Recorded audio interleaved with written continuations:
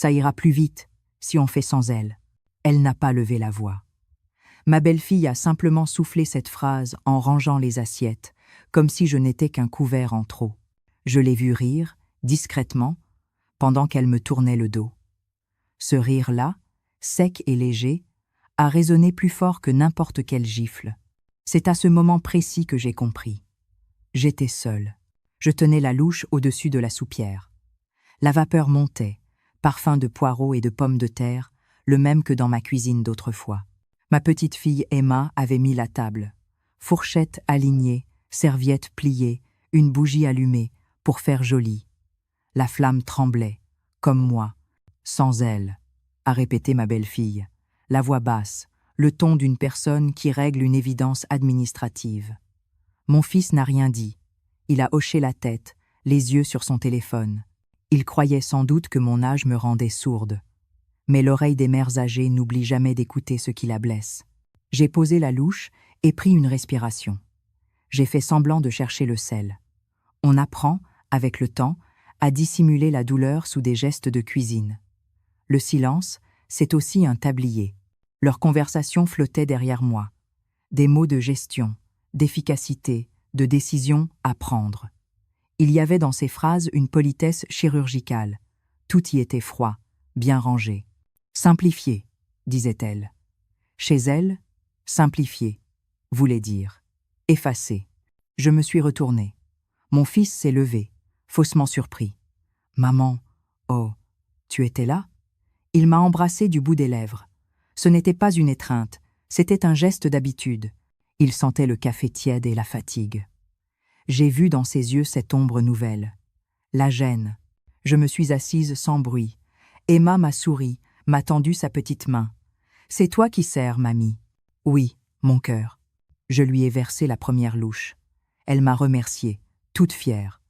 Je me suis accrochée à ce mot. Merci. C'était peu, être le dernier sincère de la journée. On parlait juste d'organisation, a dit ma belle-fille. Elle arrangeait les couverts déjà droits. Son ton doux cachait la dureté du contenu. J'ai vu sur son visage ce masque tranquille qu'elle met pour annoncer une mauvaise nouvelle comme on annonce un menu. Le téléphone a vibré. Elle a lu le message, puis a souri. Le notaire confirme. Ces 3 mots ont coupé l'air. Elle n'a pas précisé quoi, mais j'ai su. Ils avaient déjà décidé quelque chose sans moi. Je n'étais plus consultée, seulement informée. J'ai regardé la nappe. Un fil dépassait. Je l'ai caressé du bout de l'ongle. On ne tire jamais un fil, sinon tout vient. C'est ainsi que j'ai choisi, à cet instant, de ne pas répondre. Mon silence serait mon aiguille. La soupe a circulé. Les cuillers ont teinté. Aucun mot ne venait vers moi. Il parlait d'horaire, de factures, de la maison de campagne. J'ai compris qu'il parlait de ma maison, celle où j'avais élevé mon fils, celle où reposent les souvenirs, le linge ancien, les lettres de mon mari. « Tu comprends, maman » a-t-il commencé. Avec ton âge, et puis la distance, on se disait qu'il serait plus simple. Encore ce mot. Simple. Il a poursuivi. Que tu passes plus de temps ici, chez nous. Mais j'ai entendu autre chose, sous notre regard. Ma belle-fille a ajouté, fausse douceur. On s'occupera de tout, des papiers, des comptes. Je l'ai regardé dans les yeux. Ce n'était pas une proposition, c'était une reprise de contrôle. Derrière son sourire, il y avait une clé invisible, celle de ma liberté. J'ai voulu dire non, mais la voix s'est brisée avant de sortir. Alors j'ai fait ce que je sais faire depuis toujours. J'ai rangé la douleur dans l'ordre du repas. « Servez-vous de pain », ai-je simplement dit. Ma phrase a glissé entre nous comme un rideau de Seine. Emma, sans comprendre, riait à côté. Son rire à elle me tenait en vie. Je l'ai observé découper son pain, souffler sur sa cuiller, avec cette grâce sérieuse des enfants qui imitent les adultes. J'ai senti une larme monter. Je l'ai avalée avec la soupe. Quand le repas s'est terminé, ma belle-fille a commencé à empiler les assiettes. Elle a dit « Je vais m'en occuper, tu peux aller te reposer ». C'était poli, presque tendre, mais ça voulait dire « Disparais de la cuisine, de la discussion, du tableau ». Je suis allée jusqu'à la fenêtre. Dehors, le ciel de février pesait bas. Sur le rebord, il restait un pot de basilic que j'avais apporté l'été dernier. Il survivait encore, maigre et tordu, malgré le froid. Je me suis vue en lui, encore debout, mais sans chaleur. Dans la vitre, mon reflet tremblait. J'ai vu derrière moi leur silhouette. 2 têtes rapprochées, un même mouvement des lèvres, un rire à peine retenu. Ce rire-là, le second, a tout confirmé. Ce n'était plus de la maladresse, c'était un partage d'exclusion. Alors j'ai su. Ce n'était pas un accident. C'était une place qu'on m'avait retirée avec méthode. Je suis restée debout un long moment, sans bouger. Puis j'ai pensé, note-le. Parce que quand on écrit la blessure, on commence à la mesurer. J'ai mentalement inscrit la scène, la date, les mots exacts. Et dans ce silence figé, j'ai senti naître une promesse. Je n'allais pas me laisser effacer. Pas cette fois. La bougie d'Emma brûlait encore sur la table. Sa flamme minuscule vacillait, fragile mais obstinée. J'ai soufflé dessus, doucement. Elle s'est éteinte en laissant une fine fumée bleue. C'est ce jour-là, entre une soupe et un sourire, que j'ai compris que la solitude n'arrive pas toujours la nuit. Parfois, elle s'assoit simplement à table, à votre place. Avant qu'il ne décide à ma place, avant que les mots « simplifiés » et « notaire » ne deviennent des armes, il y a eu une autre vie. Une vie d'avant, pleine de bruits simples, le marteau de mon mari dans le jardin, le rire de mon fils dans la cour, le grincement de la balançoire sous les tilleuls. J'étais jeune alors, pas riche, mais solide. J'avais cette force tranquille de celles qui tiennent les maisons debout. Nous habitions une petite ville entre la mer et les champs. Une maison basse aux volets verts qu'on avait achetée après 10 ans d'économie. Je revois encore le jour où nous avons signé chez le notaire un vieux monsieur à lunettes épaisses qui sentait la cire et le tabac. Mon mari, Pierre, m'avait serré la main en sortant, les yeux brillants. « C'est à nous, maintenant, à nous deux. » Cette phrase, je l'ai gardée comme une prière. Je travaillais à la poste, lui était menuisier. Il rentrait le soir avec l'odeur du bois sur la peau, et moi je préparais le dîner pendant que notre fils, Marc, faisait ses devoirs sur la table de la cuisine. Il chantonnait en écrivant, et je devais lui rappeler de se concentrer. Il levait alors la tête et me lançait ce sourire qui guérissait tout. Ce sourire-là, je ne l'ai plus revu depuis longtemps. Nos dimanches étaient simples. Un marché, un repas, une sieste, une promenade jusqu'à la jetée. Pierre aimait dire que la mer ne juge personne. Moi, je la regardais comme une promesse de constance. Quand la vie se brouillait, je marchais jusqu'à l'eau. La mer a toujours été ma confidente, silencieuse et honnête. Les années ont filé, comme les draps qu'on replie à 2 sans y penser. Marc a grandi, s'est éloigné, puis est revenu avec cette jeune femme, Clara, qu'il avait rencontrée à l'université. Elle était vive, sûre d'elle, moderne. J'ai voulu l'aimer tout de suite, vraiment. J'ai préparé des repas, offert des draps brodés, raconté des anecdotes. Elle riait poliment, jamais méchamment, mais déjà avec cette distance que je n'avais pas su nommer. Pierre, lui, aimait observer en silence. Un soir, il m'a dit « Elle ne t'aime pas beaucoup, tu sais, pas parce qu'elle est mauvaise, mais parce que tu lui rappelles trop ce qu'elle n'a pas encore accompli. » J'ai haussé les épaules, naïve. On finit toujours par se comprendre entre femmes. Je me trompais. Quand Pierre est tombé malade, Clara venait parfois avec Marc à l'hôpital, mais toujours pressée. Elle regardait sa montre, consultait son téléphone. Moi, je restais jusqu'à la fermeture des visites. C'est moi qui ai tenu sa main quand il a cessé de respirer. Ce soir-là, dans le couloir, Marc m'a prise dans ses bras en disant « On s'occupera de toi, maman. » J'ai voulu le croire. Après l'enterrement, la maison est devenue trop grande. Il m'a proposé de venir un peu chez eux, à Lyon. « Le temps de te reposer, » disait-il. Le temps, oui, mais le temps est un mot élastique. Chez les enfants, il se tend toujours dans un seul sens. J'ai empaqueté mes livres, mon service à thé, 2 nappes et le cadre photo de Pierre. Je me souviens du dernier regard vers le jardin. Les lilas étaient en fleurs. J'ai murmuré « Je reviens bientôt », mais je ne suis jamais vraiment revenue. Au début, chez eux, tout semblait doux. Clara me tutoyait avec une gentillesse prudente. « Repose-toi, Denise. Tu as assez donné, » disait-elle. Elle voulait tout faire à ma place. Les courses, les repas, la lessive. Je me sentais inutile, mais j'ai pris ça pour de la sollicitude. J'aidais Emma à faire ses devoirs, je repassais les chemises, j'arrosais les plantes. La maison vibrait du matin au soir, moderne, rapide, pleine d'écrans et de rendez-vous.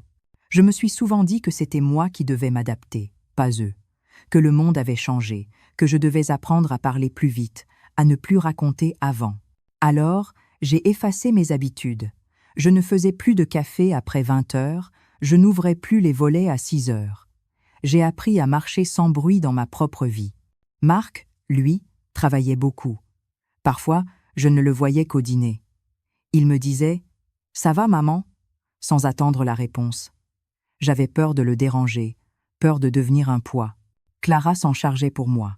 « Laisse-le, il est fatigué. » Alors je laissais, toujours. Les soirées se ressemblaient. Eux deux sur le canapé, moi dans le fauteuil à côté, avec mon tricot. J'écoutais les informations, les discussions rapides sur les impôts, les projets.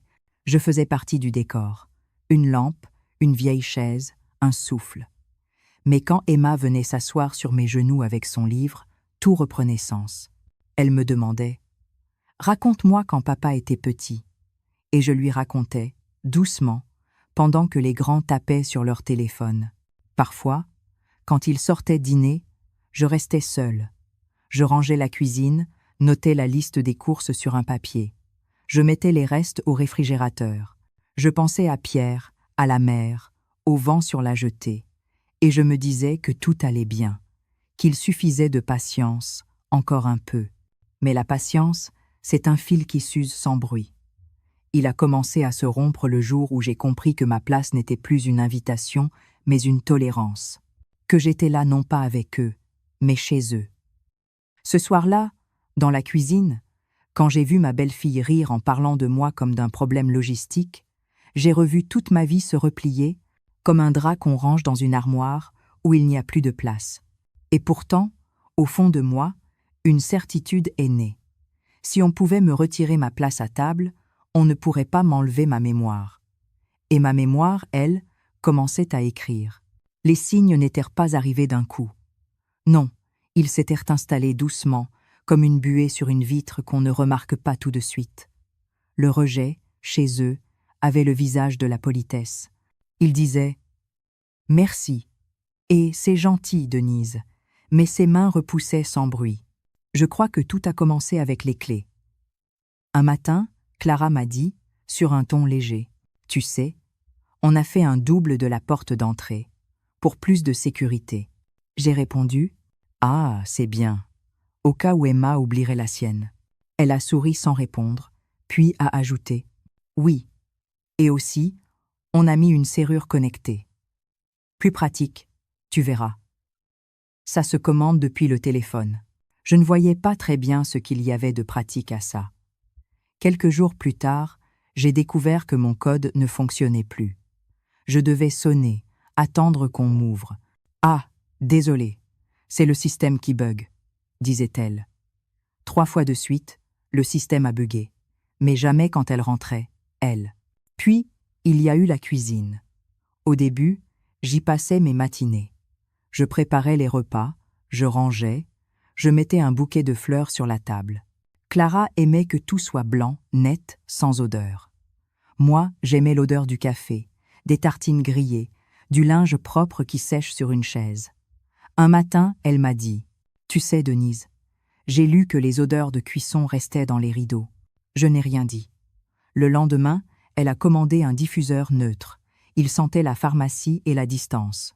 Un soir, alors que je préparais une soupe, elle a posé sa main sur mon épaule. « Laisse, je vais m'en occuper. »« Tu es fatiguée. » »« Fatiguée ?» Non, j'étais vivante. C'est elle qui voulait que je sois fatiguée. Ça arrangeait tout le monde. Marc, lui, restait neutre. Il ne voulait pas de conflit. « Vous avez 2 caractères forts, » disait-il. Il ne voyait pas que le mien s'effaçait peu à peu. Quand je lui parlais, il répondait distraitement, les yeux rivés à son téléphone. Je reconnaissais ce regard qu'il avait enfant quand il faisait semblant d'écouter. Un jour, je lui ai demandé s'il se souvenait de la table en chêne, celle de son père. On l'a mise à la cave. Maté, il dit. À la cave? Mais c'est le cœur de notre maison. Ici, ça prend trop de place. Et puis, c'est vieux. Vieux. Le mot a claqué comme une gifle. Je ne savais plus s'il parlait de la table ou de moi. Peu à peu, mes affaires ont disparu du salon. Les cadres, les nappes, le service à café, Clara disait. Je les ai mis de côté pour ne pas les abîmer. Je les ai retrouvés dans des cartons au grenier, soigneusement empilés, étiquetés souvenirs de Denise. J'étais devenu un dossier d'archives dans ma propre vie. Même mon courrier passait par elle. Oh, j'ai ouvert sans faire exprès, disait-elle. Mais elle lisait toujours avant de me le donner. Ce sont souvent des publicités. Tu sais. Elle a fini par mettre une redirection postale sans me prévenir. J'ai découvert par hasard, en allant à la poste. La guichetière m'a dit gentiment « Ah, Madame Martin, votre courrier est transféré chez votre fils, non ?»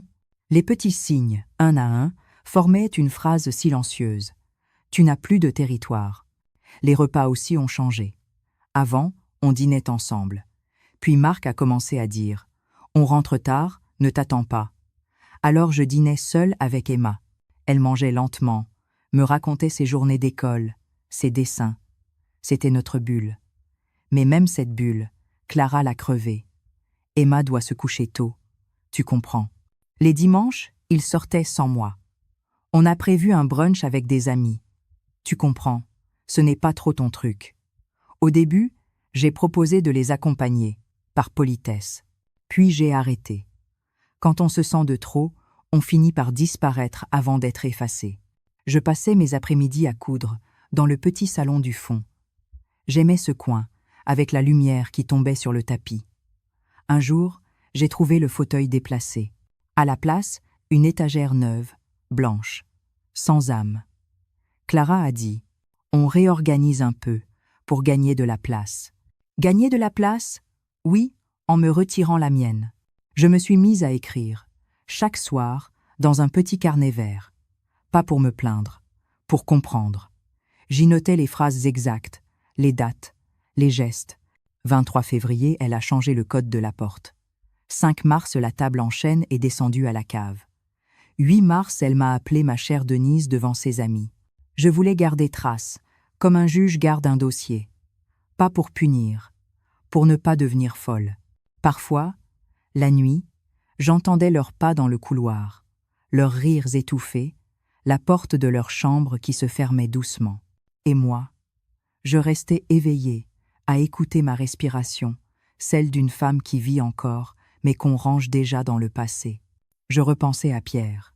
S'il avait été là, il aurait su voir tout de suite. Lui, il savait lire les fissures avant qu'elles n'apparaissent. Il aurait dit « Attention, Denise, ils repeignent la maison, mais c'est toi qu'ils effacent. » Et pourtant, je continuais à me lever tôt, à préparer le café, à plier le linge. Par dignité, on croit que la soumission est faiblesse. Mais parfois, elle est une forme de résistance la plus silencieuse. Le matin où j'ai trouvé la clef de la cave sur la table, sans un mot, j'ai compris que quelque chose basculait. C'était une invitation muette. Regarde ce qu'on a fait de ta vie.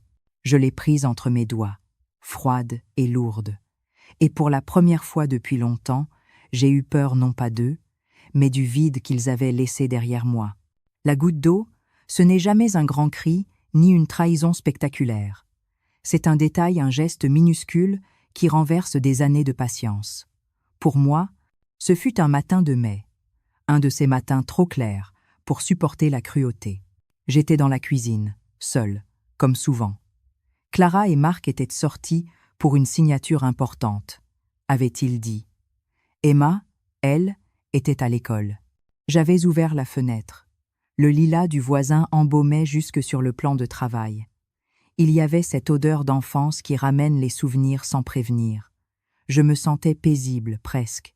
J'ai sorti le linge de la machine, j'ai commencé à le plier en chantonnant. Puis j'ai vu la chemise grise de Marc. Dans la poche, une enveloppe. C'était une enveloppe Kraft, épaisse, avec le nom d'un cabinet notarial imprimé dessus. Maître Durand. J'ai reconnu l'écriture de ma belle-fille sur un coin, à relire avant signature. Mon cœur a battu plus fort. Ce mot, signature, je le connais trop bien. Il signe les débuts ou les fins. J'ai hésité, puis j'ai ouvert. Pas par curiosité, mais par instinct de survie. À l'intérieur, il y avait une ébauche de procuration. Une ligne mentionnait mon nom complet, Denise Martin. Et juste à côté, noir sur blanc, autorisation de gestion patrimoniale en faveur de M. et Madame Lefebvre. Lefebvre, le nom de ma belle-fille. Ils avaient prévu de simplifier mes affaires, comme elle disait, en transférant mes biens sous leur responsabilité. La maison, mon compte d'épargne, tout. J'ai senti le sang quitter mes mains. J'ai dû m'asseoir. Le silence autour de moi est devenu épais, presque solide. J'ai lu chaque mot, lentement, pour bien comprendre. Tout y était légalement rédigé, propre, froid. Il suffisait de ma signature, et visiblement, il comptait sur ma confiance. Je suis resté longtemps à regarder ce papier. Puis j'ai refermé l'enveloppe, avec une précision chirurgicale. J'ai replacé la chemise dans le panier, comme si de rien n'était. Mais à l'intérieur, quelque chose venait de se casser. Ce n'était pas la confiance, c'était la naïveté. Quand ils sont rentrés, j'ai préparé le déjeuner comme d'habitude. Clara avait cet air affairé des jours de triomphe. Elle parlait fort, elle riait. Marc était silencieux, un peu tendu. J'ai servi le plat sans trembler. Mais mes yeux, eux, n'étaient plus les mêmes. Pendant qu'ils mangeaient, j'ai glissé une phrase, doucement, sans les regarder. « Vous étiez chez Maître Durand ce matin ?» La fourchette de Marc s'est figée. Clara a levé la tête. « Oui, pour un dossier. »« Pourquoi ?»« Pour un dossier, oui. Un dossier qui me concerne, peut, être. » Elle a ri. Un rire clair, presque crédible. « Oh, Denise, ne sois pas soupçonneuse. C'est juste administratif. » Administratif. Ce mot-là, dans sa bouche, avait toujours la saveur d'un piège. J'ai hoché la tête, sans rien dire. Je n'avais plus besoin d'explication. L'explication, je l'avais lue moi-même, noir sur blanc. L'après-midi, je suis sorti marcher. L'air sentait le chèvrefeuille et la poussière chaude. Je marchais sans but, juste pour éviter de crier. Les gens me saluaient, je répondais mécaniquement. À un moment, je me suis arrêté devant une vitrine de papeterie. À l'intérieur, un carnet à couverture grise, rigide, sobre. Je suis entré, je l'ai acheté sans réfléchir. Ce carnet-là allait devenir mon témoin. De retour à la maison, je l'ai ouvert à la première page. J'ai noté la date. 14 mai. Puis j'ai écrit. Aujourd'hui, j'ai vu noir sur blanc que mon fils et sa femme préparent ma disparition juridique. Ils appellent cela simplifié. Je n'ai pas pleuré. J'ai seulement écrit, lentement, pour que les lettres soient droites. L'écriture, c'est la dernière forme d'ordre quand tout se désorganise. Les jours suivants, j'ai observé. Je ne disais rien, mais j'écoutais, je notais. Clara passait beaucoup de coups de téléphone. Elle prononçait des mots précis. Succession, procuration, gestion, patrimoine. Marc répondait peu. Il fuyait mon regard. Quand nos yeux se croisaient, il détournait la tête, honteux. J'aurais voulu lui dire « Tu pouvais me parler, je t'aurais écouté ». Mais il avait déjà choisi la facilité. Un soir, j'ai surpris une conversation.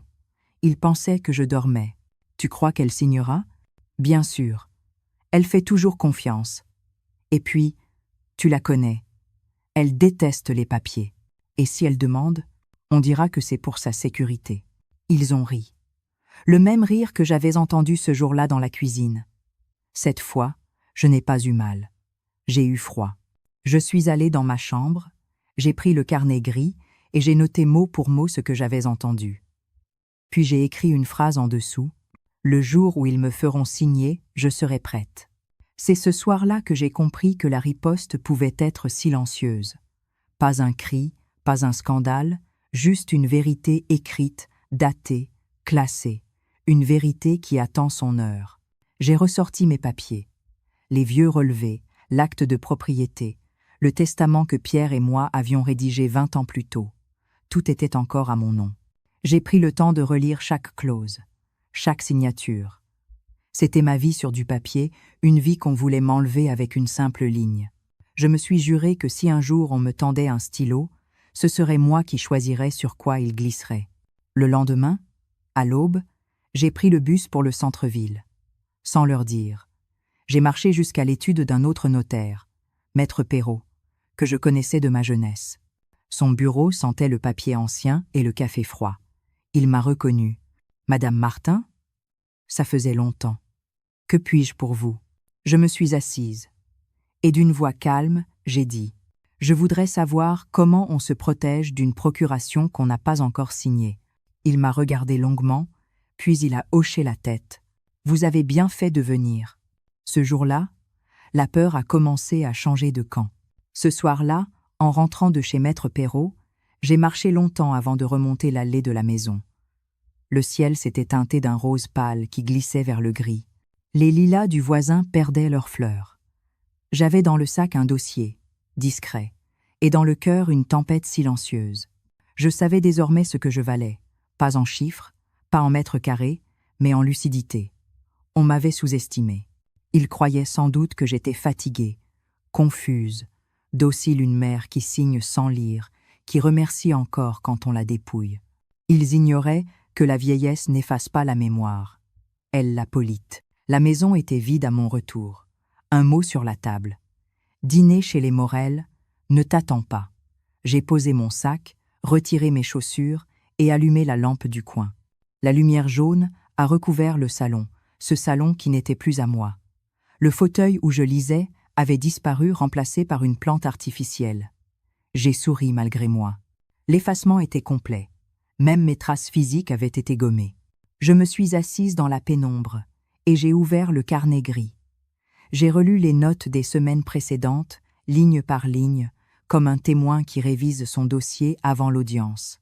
Chaque mot me rendait plus calme. Ce calme-là, froid, précis, n'est pas de la résignation. C'est la forme la plus pure de la colère. Je me suis souvenu d'une phrase de Pierre. Quand on veut survivre, il faut choisir entre parler et écrire. Les mots qu'on écrit tiennent mieux debout. Ce soir-là, j'ai compris qu'il avait raison. Je me suis levée, j'ai fait du thé, et je me suis mise à dresser une liste.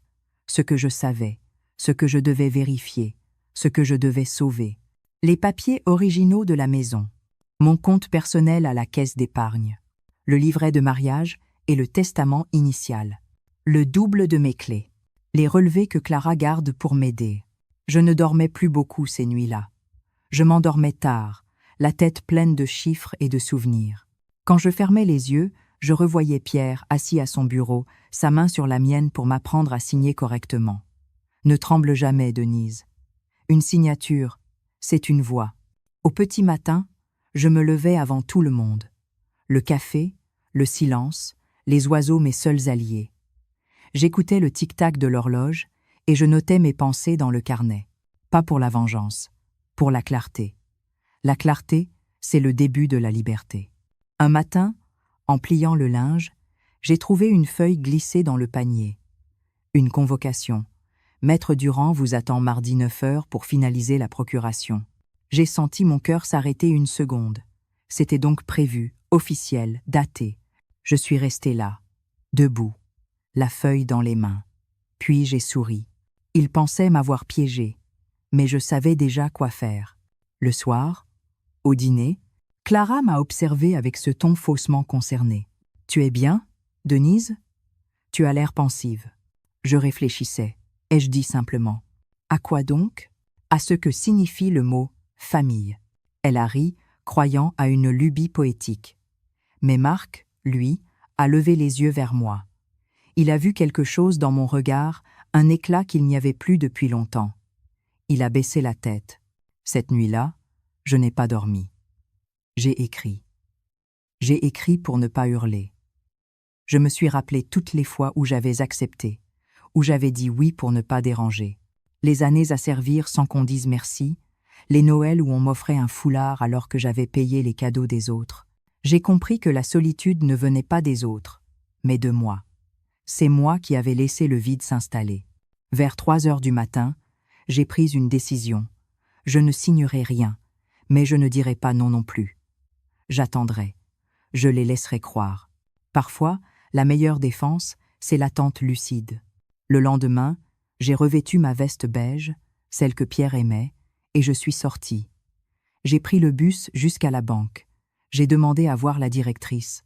Elle s'appelait Nadia Leclerc. Une femme vive, professionnelle, la cinquantaine. Je voudrais mettre à jour certains documents, ai-je dit. Elle a regardé mon dossier, puis m'a souri. Vous êtes prévoyante, Madame Martin. Peu de gens de votre âge prennent les devants. Je n'ai rien répondu. Je savais seulement que je n'avais pas le droit à l'erreur.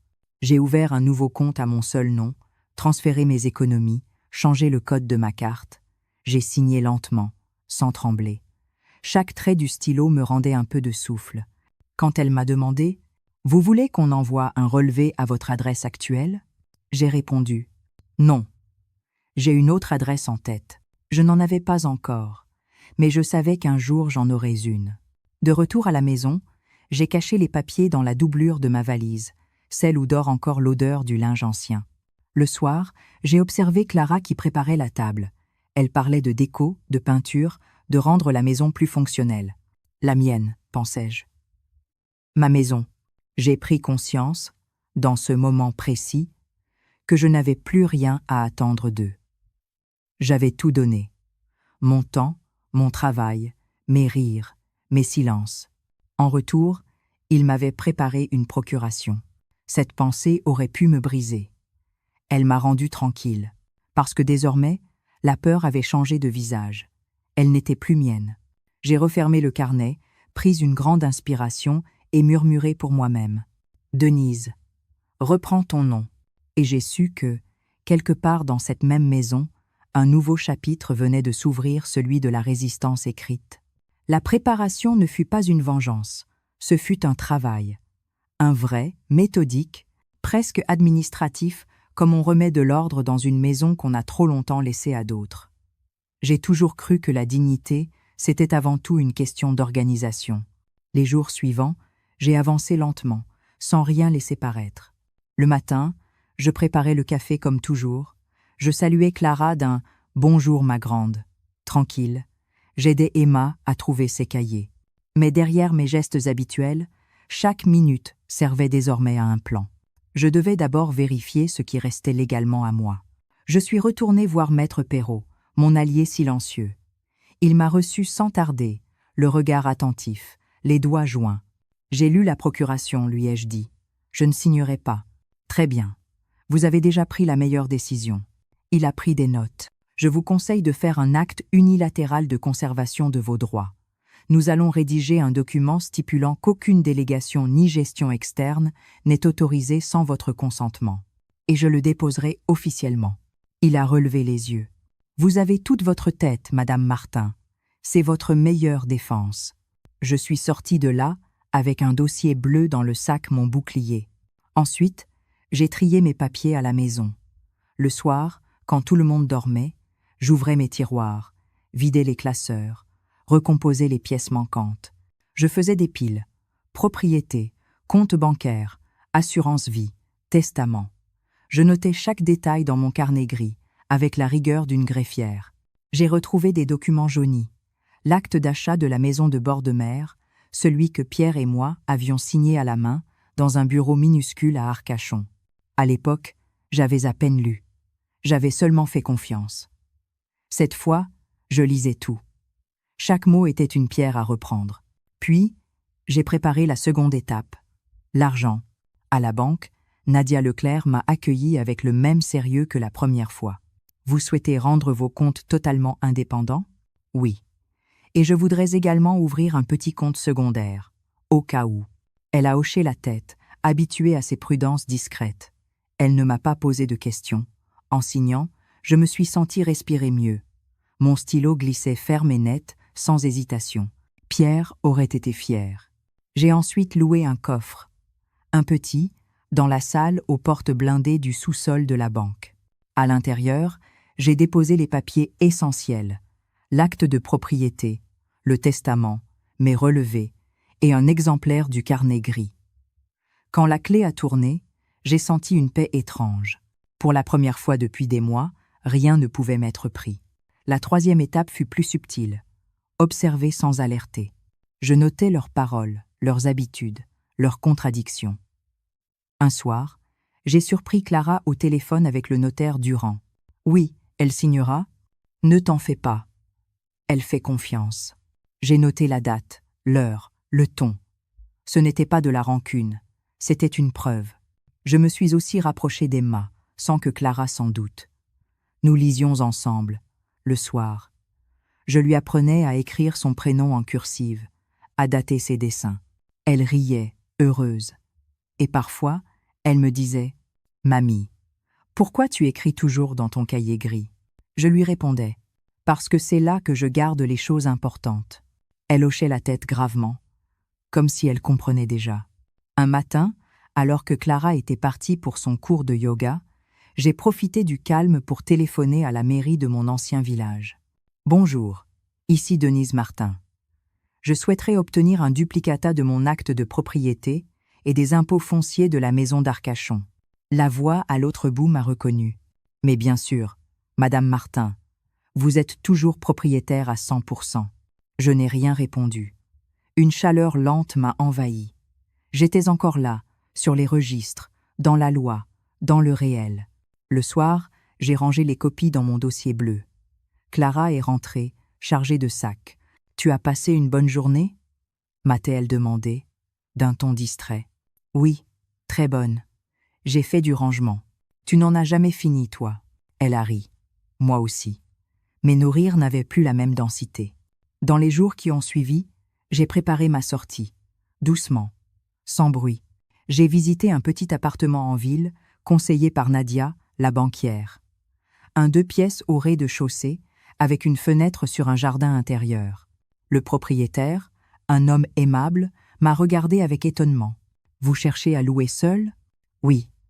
Pour être libre. » Il a souri. « C'est un beau projet. Je n'ai pas encore signé le bail. J'ai seulement gardé le dossier sous pli, avec mon nom dessus. Je le regardais chaque soir, posé sur ma table de chevet. Pendant ce temps, Clara préparait sa manœuvre. Elle a fixé le rendez-vous final chez le notaire Durand. Mardi, 10 heures. « Ce sera rapide, tu verras. Juste une signature. » Je lui ai répondu calmement. « D'accord, je viendrai. » Elle a cru à la victoire. Moi, je pensais à la lumière du bureau de Maître Perrault, au cachet officiel déjà déposé, à la procuration annulée, avant même d'être né. Ce soir-là, j'ai ouvert mon carnet gris et écrit. Ils croient que je vais signer. Ce qu'ils ignorent, c'est que c'est déjà moi qui ai signé leur défaite. Puis j'ai ajouté, en dessous, une phrase que Pierre aurait aimée. Le silence, bien préparé, est une arme légale. Et pour la première fois depuis longtemps, j'ai dormi d'un seul souffle tranquille, droite, prête. Le mardi matin est arrivé, clair, presque trop calme. J'avais enfilé ma veste grise, celle que Pierre appelait ma veste de vérité. Dans la poche intérieure, le dossier bleu. Tout était prêt. Sur la table du petit déjeuner, Clara avait disposé les tasses, pressées mais triomphantes. Marc ajustait sa cravate. « Tu es prête, maman ?» a-t-il demandé. « Toujours, » ai-je répondu. Il a souri, un peu tendu. Clara, elle, flottait sur un nuage d'assurance. Elle avait même mis du parfum plus fort qu'à l'habitude, celui qu'elle porte les jours de victoire. Le trajet jusqu'à l'étude de Maître Durand s'est fait en silence. Je regardais défiler les rues, les vitrines, les gens qui marchaient vite. J'avais la sensation étrange d'assister à ma propre scène depuis l'extérieur, comme si la Denise qu'ils croyaient manipuler n'était déjà plus celle qui les accompagnait. Le notaire nous a reçus avec son sourire professionnel, celui des hommes qui vivent dans le confort des signatures. Le bureau sentait le cuir et la poussière de vieux dossiers. « Bonjour, Madame Martin, enchantée. Nous allons simplement formaliser une procuration de gestion. Rien de contraignant, juste pour vous soulager des démarches. Pour vous soulager. » Les mots choisis pour endormir. Clara s'est assise près de moi, presque collée, comme pour surveiller mes gestes. Marc feuilletait distraitement une brochure sur la table basse. Le notaire a sorti le document, l'a posé devant moi. Une page. Une seule. Une phrase suffisait. Je sous-signais Denise Martin, autorise monsieur, et Madame Lefebvre a géré en mon nom mes biens mobiliers et immobiliers. J'ai sorti mes lunettes, lentement. Je les ai posées sur mon nez, j'ai pris le papier, l'ai lu mot à mot. C'est ce qu'on a vu ensemble, a dit Clara. Simple, non? J'ai levé les yeux vers elle. Très simple, oui. Tellement simple qu'on pourrait le croire anodin. Le notaire a levé un sourcil. Vous avez une question, Madame Martin? Oui. Juste une précision. Ce document, il a été enregistré? Pas encore. Il le sera après votre signature. Je me suis penché vers mon sac et sorti le dossier bleu de Maître Perrault. Je l'ai posé doucement sur la table. Dans ce cas, je vais vous demander d'y joindre ceci. Clara a pâli. C'est quoi? Un acte de protection juridique, rédigé et déposé avant ce rendez-vous. Il stipule qu'aucune procuration ne peut être enregistrée sans mon consentement écrit et authentifié par Maître Perrault. Autrement dit, même si je signe ici, ce papier n'aura aucune valeur. Le silence est tombé dans le bureau. On aurait pu entendre le froissement du cuir sous le poids de la vérité. Le notaire a toussé, mal à l'aise. Je vois. Vous avez donc déjà pris conseil ailleurs? Oui, ai-je répondu. Et j'ai bien fait, il me semble. Marc s'est levé, nerveux. Maman. Enfin. Pourquoi tout ça? On voulait juste t'aider. Aider? Ai-je répété doucement. Quand on aide quelqu'un, on le regarde dans les yeux, pas dans ses comptes. Clara a voulu reprendre contenance. Ce n'est pas ce que tu crois, Denise. C'était pour éviter les complications. Les complications, dis-je, ce sont souvent les conséquences d'un mensonge qu'on voulait rendre pratique. Je suis restée debout, droite, la main posée sur mon dossier bleu. Vous savez, Maître Durand, j'ai passé ma vie à faire confiance. Aujourd'hui, je choisis la prudence. Il a hoché la tête, visiblement soulagé de ne pas être complice d'une erreur. C'est votre droit le plus strict, Madame Martin. Je vais annuler le rendez-vous. Je me suis tournée vers mon fils. Il me regardait comme un enfant pris en faute, la bouche entr'ouverte, incapable de parler. Dans ses yeux, j'ai vu la honte, brute, nue, et derrière elle, une peur nouvelle, celle d'avoir sous-estimé sa propre mère. Clara, elle, ne disait plus rien. Ses mains tremblaient. Le masque poli s'était fissuré. J'ai cru voir, une seconde, la jeune femme qu'elle avait été ambitieuse, nerveuse, effrayée par la pauvreté. J'ai ressenti une étrange pitié, glacée mais réelle. « Je ne vous en veux pas », ai-je dit calmement. « Vous avez voulu prendre sans demander. Moi, j'ai appris à dire non sans crier. » Je me suis levée. Le notaire s'est empressé de ranger les papiers. « Merci, maître. Et excusez-moi d'avoir amené ma propre copie. On ne se méfie jamais assez de ce qu'on signe à contre-cœur. » Dans le couloir, le bruit de mes pas résonnait comme un marteau de juge. Marc me suivait, hésitant. « Maman. » « Attends. » Je me suis arrêtée, sans me retourner. « Non. C'est toi qui dois attendre. Le jour où tu comprendras la valeur d'une signature, on parlera. » Je suis sortie. L'air dehors m'a paru plus léger.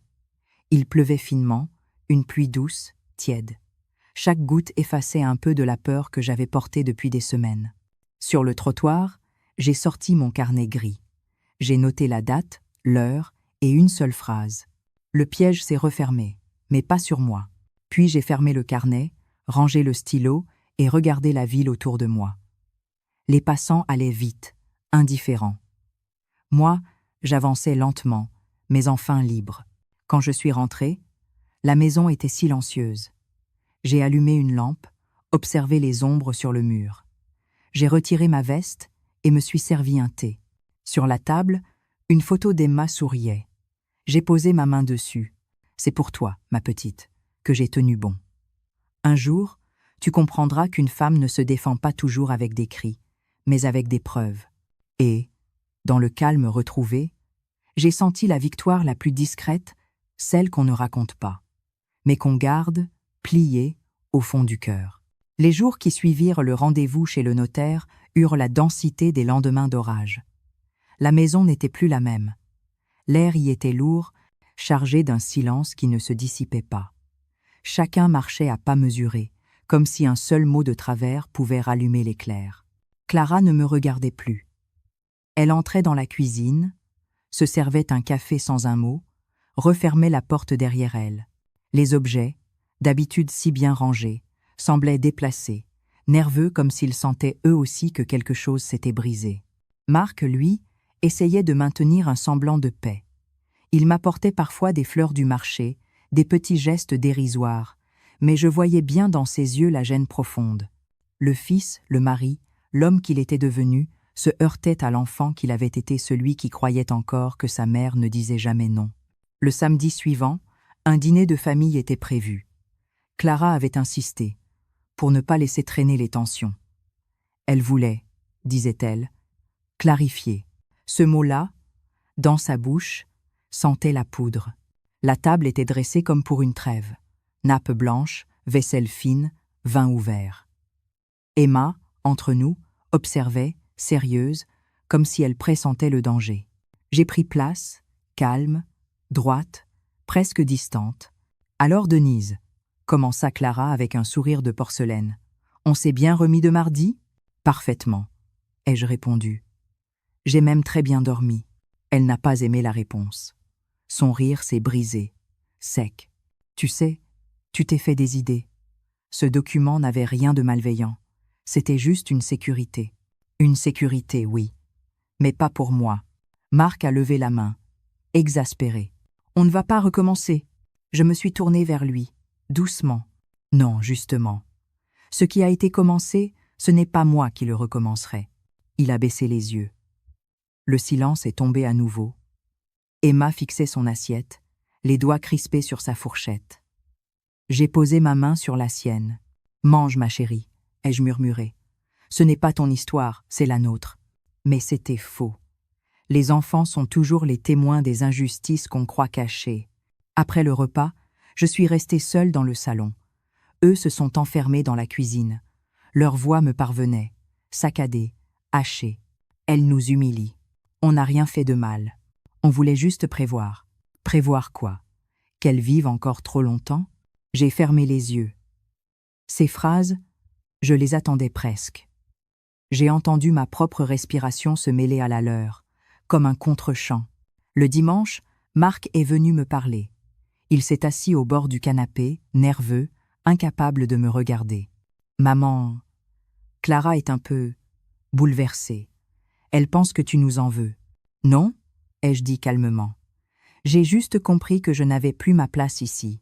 Il a voulu protester, mais ma voix l'a coupé.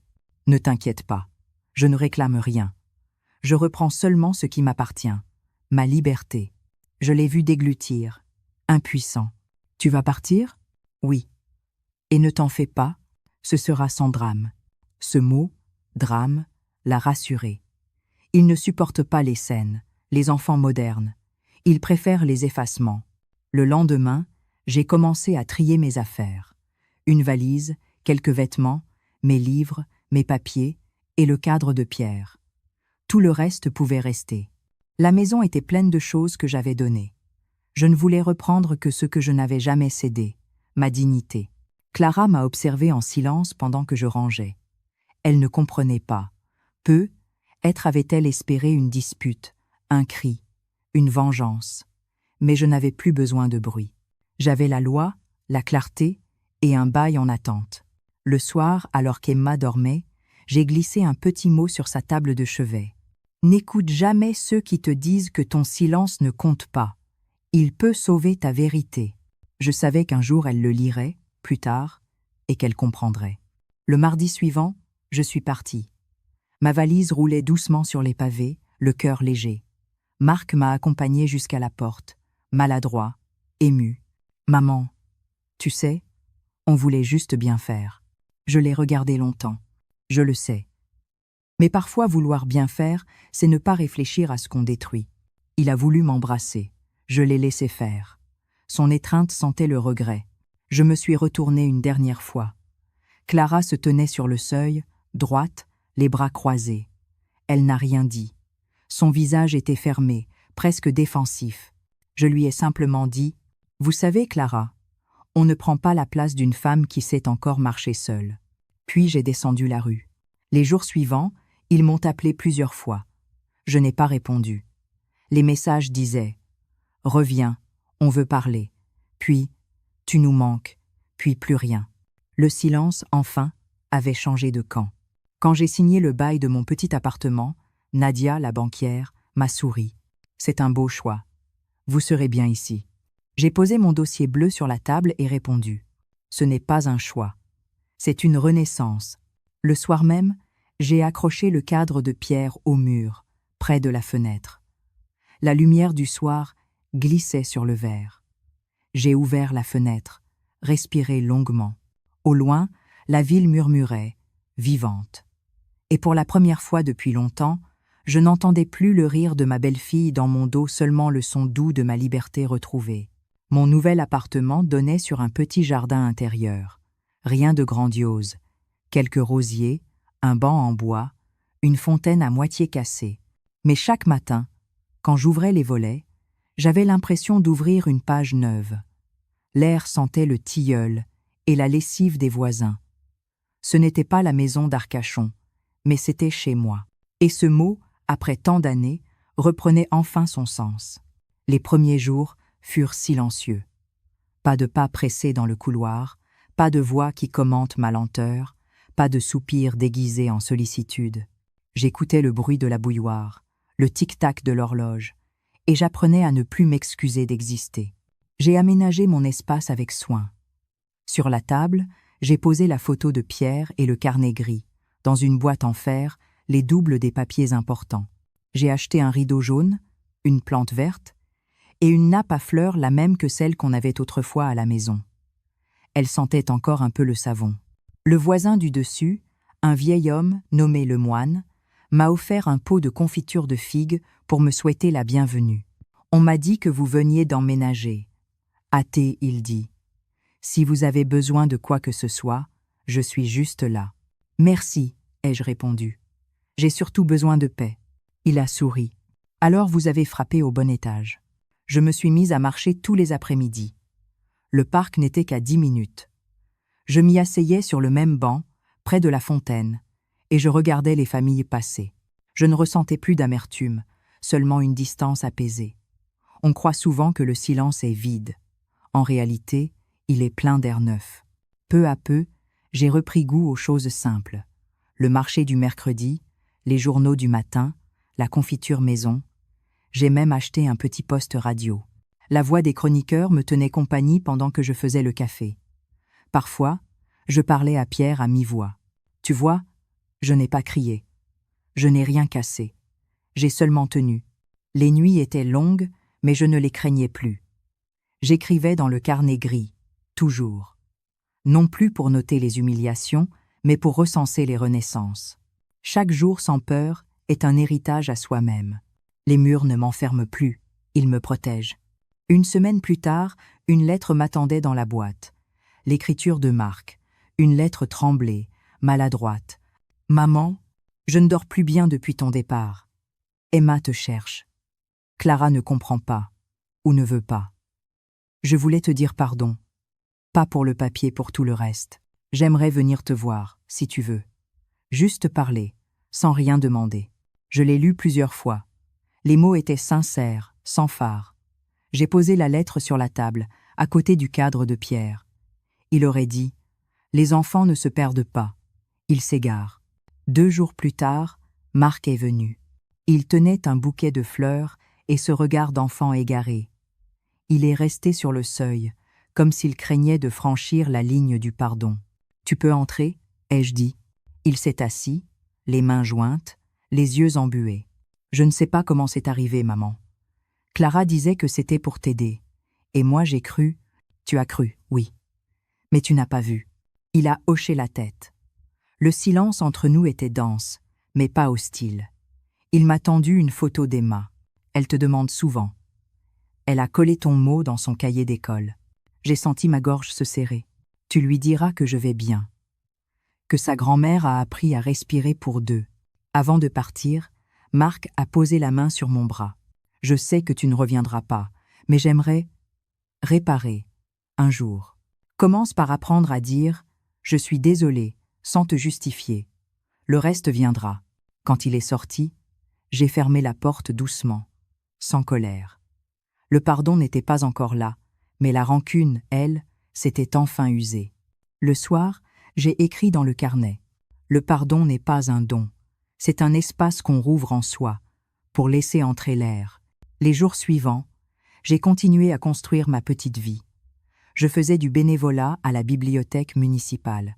On me confiait le rangement des livres anciens, j'aimais leur odeur de papier vécu, comme des lettres qu'on n'a jamais envoyées. Un après-midi, j'ai trouvé dans un vieux roman une phrase soulignée au crayon. Vieillir, c'est apprendre à ne plus courir après ce qui ne revient pas. Je l'ai copié dans mon carnet. Chaque soir, avant de dormir, j'allumais une bougie. Pas pour prier, mais pour me souvenir que même une flamme fragile éclaire tout un silence. Emma m'appelait parfois en secret, avec la voix pressée des enfants qui se cachent pour aimer. « Mamie, tu me raconteras encore les histoires d'avant ? » Toujours, ma chérie. Les histoires d'avant, c'est ce qui empêche le présent d'oublier. Et quand je raccrochais, je regardais la fenêtre entr'ouverte, la brise qui faisait danser la nappe. Je pensais à toutes ces femmes qu'on croit effacées, alors qu'elles trament encore, en silence, leur lumière. J'étais seule, oui. Mais c'était une solitude choisie, respirable, habitée. Et chaque matin, quand le soleil se posait sur ma table, je savais que je n'étais plus la mère effacée d'un autre, j'étais redevenue simplement Denise Martin. Il y a des soirs où la lumière s'attarde plus longtemps sur le rebord des fenêtres, comme si elle voulait dire au revoir avant de partir. Dans ces moments-là, je m'assois près du cadre de pierre, je regarde les ombres du jardin, et je repense à tout ce chemin parcouru de la cuisine, où j'ai vu ma belle-fille rire dans mon dos, jusqu'à cet appartement silencieux où plus rien ne pèse.